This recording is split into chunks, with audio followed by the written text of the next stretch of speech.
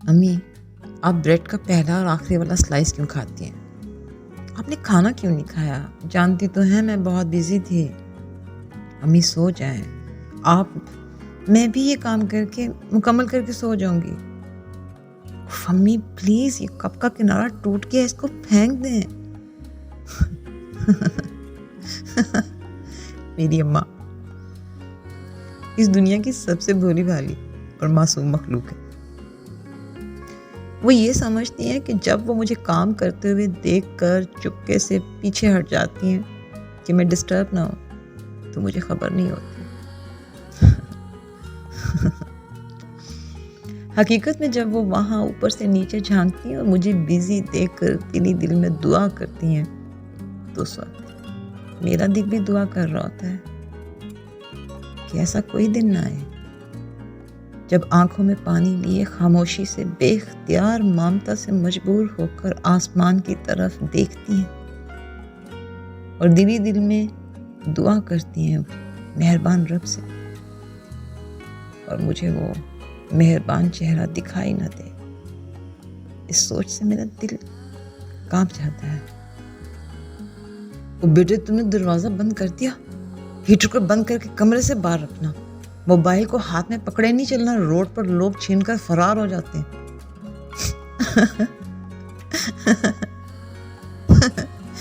जब ऐसी नसीहतें अब्बू करते हैं, मेरे चेहरे पर मुस्कुराहट फैल जाती है, मुझे हंसी आ जाती है।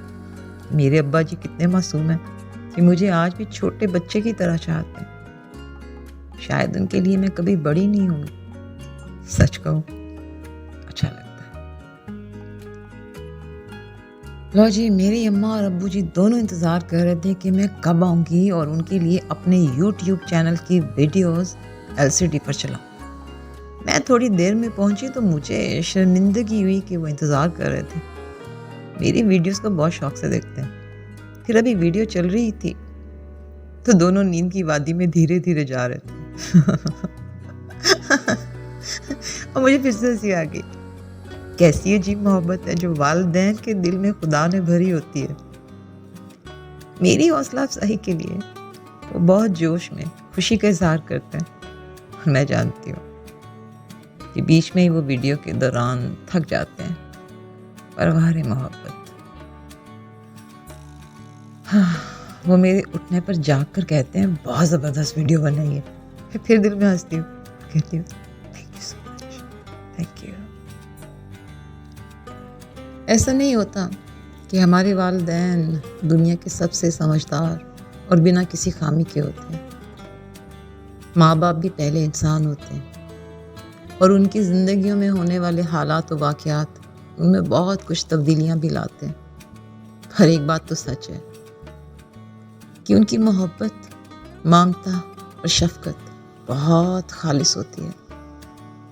ये वो एक झलक है जो आसमान से रहमत और नूर के बरसने जैसी है, और मेरे जैसे हसास दिल को इस नेमत का बहुत एहसास भी और कदर भी है। ये भी सच है कि मुझे इंसान होते बहुत से गिले शिकवे और बहुत सी तलखियाँ भी हैं, मगर इन सब के बावजूद मेरा दिल एहसास और मोहब्बत को महसूस करता है।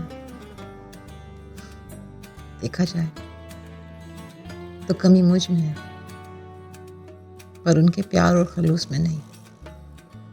जब ये वीडियो मैं उनके लिए चलाऊंगी तो मेरी गारंटी है कि वो सो नहीं पाएंगे और मेरी इस वीडियो को आखिर तक देखने पर मजबूर हो जाएंगे।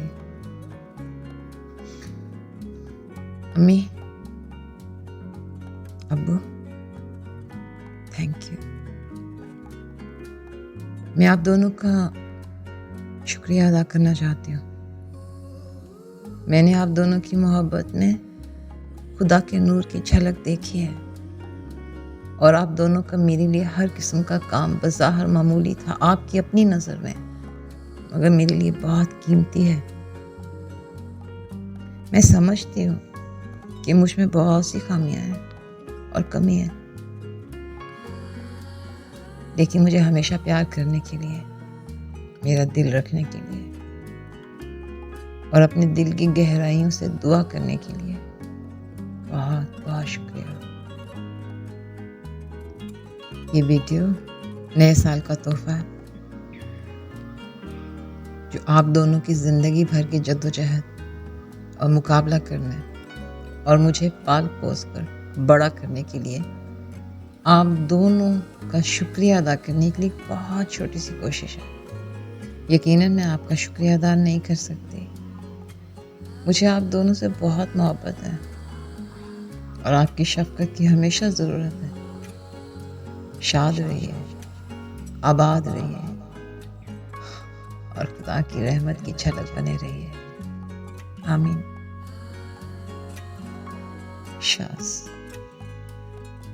शास के दिल की बातें, 1 जनवरी 2024। Happy new year to all.